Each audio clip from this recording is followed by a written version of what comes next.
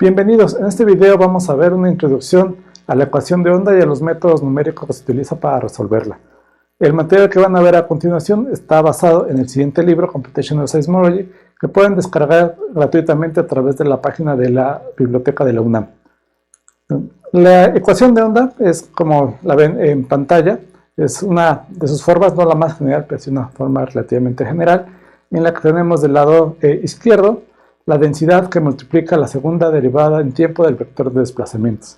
La segunda derivada en tiempo del vector de desplazamientos nos va a dar la aceleración, que multiplicado por la densidad va a ser la fuerza por unidad de volumen. Del lado derecho de la ecuación tienen el término, la primera derivada del tensor de esfuerzos, sigma y j.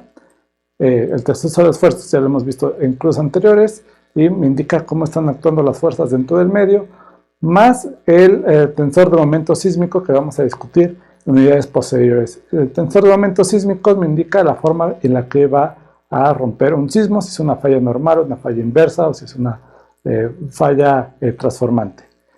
Por último, tenemos un término que regularmente no se utiliza, se desprecia, FI, que corresponde a cualquier otra fuerza además del sismo que pudiera estar actuando. Para el tensor de esfuerzos vamos a utilizar la forma isotrópica, donde lambda y mu son los parámetros de la ME, y en su forma isotrópica lo podemos escribir de esta forma. Estamos utilizando la notación índice, que significa que índices repetidos se suman. Entonces, EKK corresponde a la traza principal del tensor de deformaciones. Epsilon está representando el vector de deformaciones. Y delta es la delta de Kronecker, en el caso que I es igual a J, vale 1, para I diferente de J va a valer 0. Y bueno, el tensor de deformaciones, ya lo conocen, es como lo hemos estado utilizando en clases anteriores, que se puede expresar a través de las derivadas del vector de posición. Y bueno, esto se puede resolver tanto en una dimensión como en 3 dimensiones. En el ejercicio de programación de esta semana lo vamos a resolver para una dimensión, es decir, para una cuerda. Y bueno, vamos a empezar a hablar de cómo tenemos que discretizar el medio, de qué depende, cuántos puntos vamos a utilizar. En métodos numéricos tenemos que utilizar y obtener la solución para puntos discretos, y la forma en la cual lo hacemos es viendo la longitud de onda más corta. La longitud de onda más corta que queramos ver, es decir, la frecuencia más alta que tenga la onda, es lo que va a limitar este número de segmentos que vamos a utilizar. Por ejemplo, si queremos obtener la solución para una cuerda que mide 10 metros y la longitud de onda característica es de 10 metros, entonces lo podemos dividir en 10 partes, que va a corresponder a 11 puntos. Entonces tenemos un punto extra, es decir, en el metro 0, en el 1, el 2, el 3 y así sucesivamente. Bueno, vamos a ver algunas de las complicaciones que vamos a tener cuando queremos resolver esto en 3 dimensiones. Imaginemos que queremos hacer eso no para una cuerda, sino para la Tierra entera. Entonces, si la longitud de onda característica o típica de una onda sísmica es de 3 kilómetros, entonces la rejilla tiene que ser de al menos 300 metros. Esto quiere decir que cada volumen tendrás que multiplicar 300 metros por 300 metros por 300 metros y dividir entre el volumen total de la Tierra. Si hacen este cálculo, simplemente calcular una de las componentes o guardar en memoria una de las componentes, digamos la densidad de cada uno de estos puntos, tendrían que utilizar 320 terabytes de memoria utilizando únicamente 8 bits. Realmente utilizamos más bits.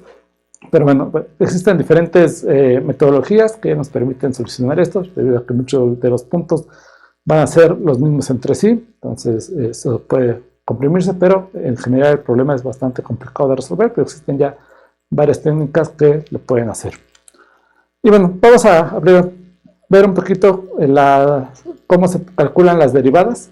Como ven, la ecuación de onda está compuesta de derivadas, y hay diferentes formas de calcularlas. La derivada, aunque es algo relativamente sencillo desde el punto de vista analítico, en el punto de vista de métodos numéricos se vuelve complejo debido a que las derivadas tienen la propiedad de aumentar altas frecuencias. Entonces, si tiene ruido de alta frecuencia, esto va a hacer que se amplifique y puede hacer que mi solución sea inestable. Entonces, hay diferentes formas de contrarrestar este problema.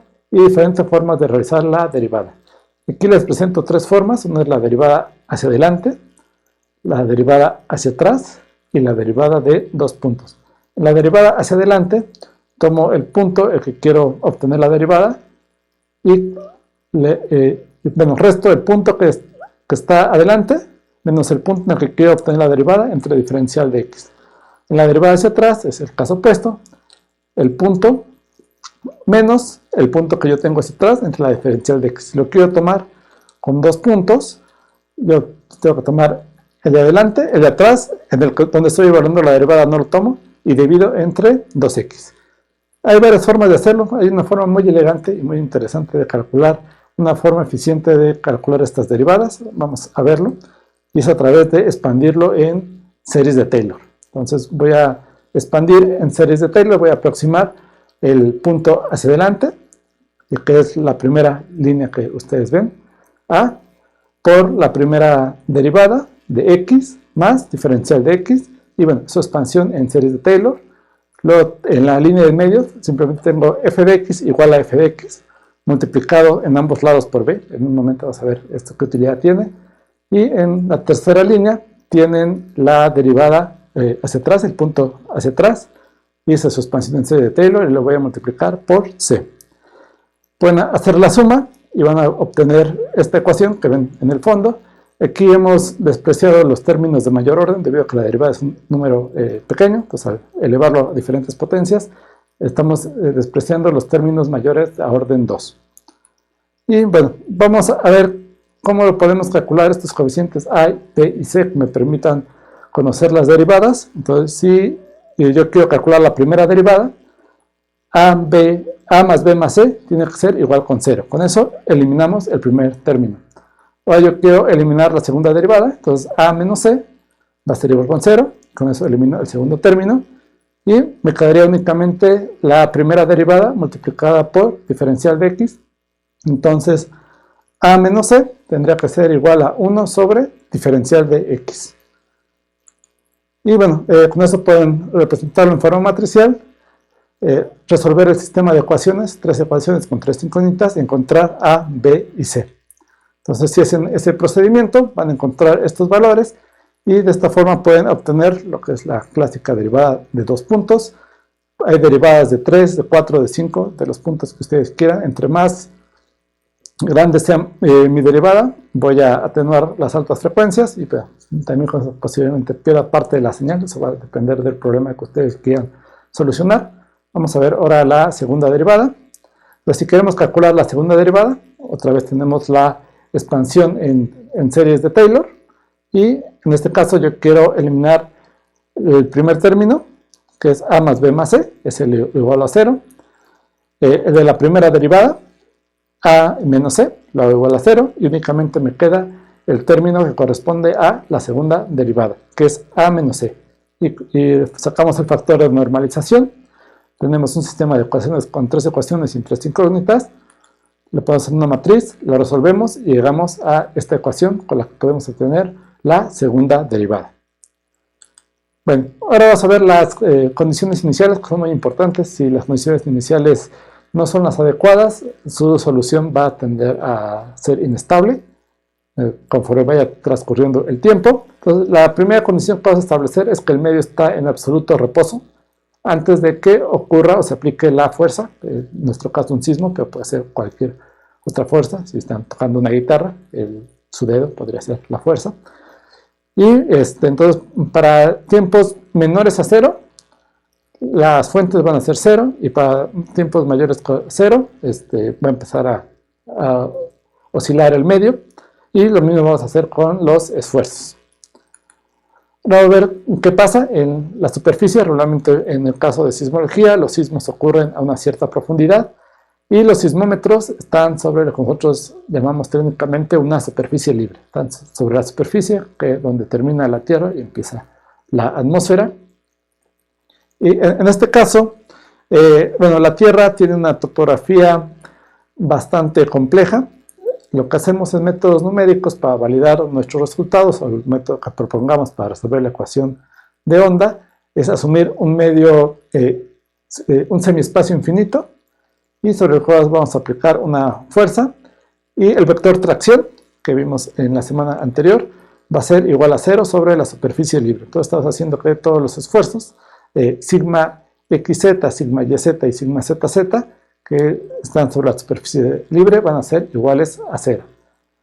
Vamos a ver, bueno, esta es la solución analítica con la que regularmente utilizamos. Esto lo resolvió Lamb en 1904, se conoce como el problema de Lamb, y se utiliza para verificar la validez de un método numérico, asumiendo un medio homogéneo e infinito.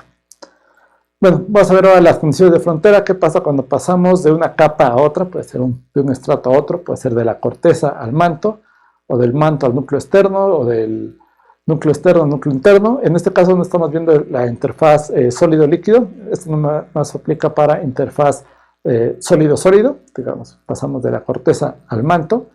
En este caso, vamos a hacer que los desplazamientos sean iguales, es decir, la interfaz está completamente acoplada, está perfectamente acoplada. Entonces si se mueve una capa, se va a mover la otra en la misma dirección, y además vamos a hacer que las tracciones sean continuas a través de la discontinuidad. Entonces las tracciones también van a ser continuas a través de la discontinuidad.